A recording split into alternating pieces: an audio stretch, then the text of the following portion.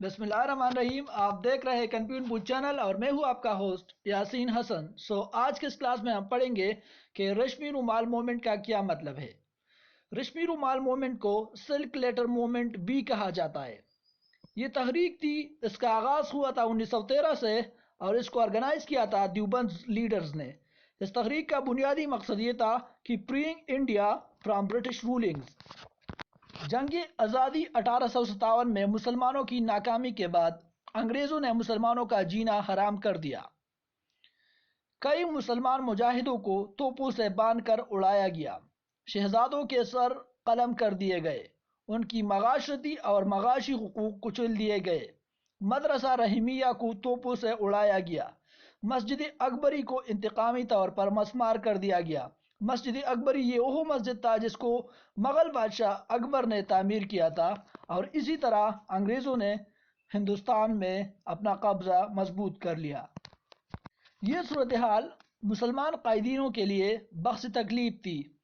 اس لیے شیخ الہند مولانا محمود الحسن نے ہندوستان کے دیگر علماء دیوبند کی مشاورت سے انگریزوں کے خلاف ایک تحریک شروع کی جسے ریشمی رومال تحریک کا نام دیا گیا.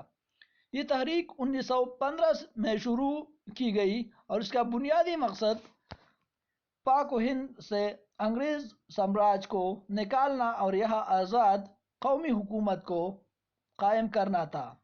اس مقصد کے حصول کے لیے تحریک نے عالمی حمایت حاصل کرنے کی بھرپور کوشش کی اور کئی ممالک یعنی برما، چین، جاپان، فرانس اور جرمنی وغیرہ میں وفود بھیجے گئے.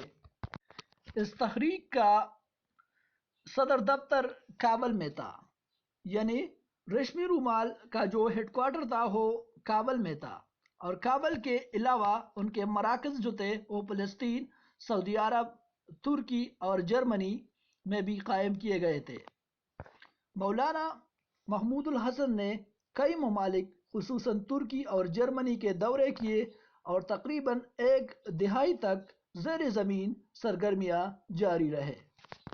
مولانا محمود الحسن نے ترکی اور جرمنی کے ساتھ کابل کے راستے ہندوستان پر حملے کا منصوبہ تیار کیا. اسی سلسلے میں مولانا عبید اللہ سندھی نے افغانستان کے بادشاہ حبیب اللہ خان سے ترکی اور افغانستان کے درمیان ایک معاہدہ کروایا، اور اس معاہدے کو ایک ریشمی کپڑے کے اوپر لکھا گیا جو 1 گز لمبا اور 1 گز چوڑا زرد رنگ کا کپڑا تھا، اور اس کو ریشمی رومال کہا جاتا ہے.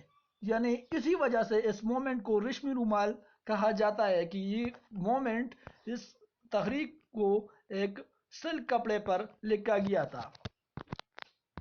مولانا عبید اللہ سندھی جو تھے وہ 1877 کو سیالکوٹ میں پیدا ہوئے، اور ابتدا میں ان کا تعلق جو تھا وہ ایک سکھ فیملی سے تھا، اور ابتدا میں ان کا جو نام تھا وہ تھا بوتا سنگھ، لیکن بعد میں وہ دین اسلام میں داخل ہوئے اور پھر اس کا نام بن گیا اب عبید اللہ سندھی.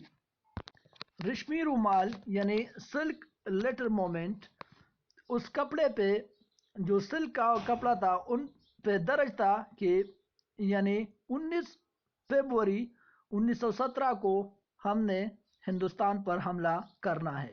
اس کے علاوہ ہندوستان میں بھی لوگوں کو تیار کرنے کا عمل کامیابی سے جاری تھا.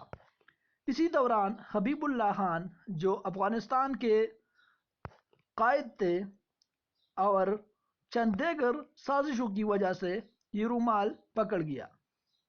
یعنی حبیب اللہ خان اور اس کے ساتھ دیگر کچھ دوست جو تھے انہوں نے سازش کر دی، اور جس کی وجہ سے یہ رومال ادھر قبائل نے جہاد کا آغاز کیا، اور اسی دوران مجاہدین نے حبیب اللہ خان جو افغانستان کے اسی وقت قائد تھے اس کو قتل کیا. اس جہاد میں خواجی صاحب تورنزئی پیش تھے. انگریزوں نے ہندوستان میں موجود تحریک کے قائدین کو گرفتار کیا اور مولانا محمود الحسن پر مقدمہ چلا کر انہیں مالٹا کو جلاوطن کر دیا. اسی وجہ سے مولانا محمود الحسن اسیر مالٹا کہا جاتا ہے۔ اسی طرح اپنوں کی سازش نے اس تحریک کو ناکام بنا دیا۔ So thank you for watching. Please subscribe the Confucian Book channel for further videos.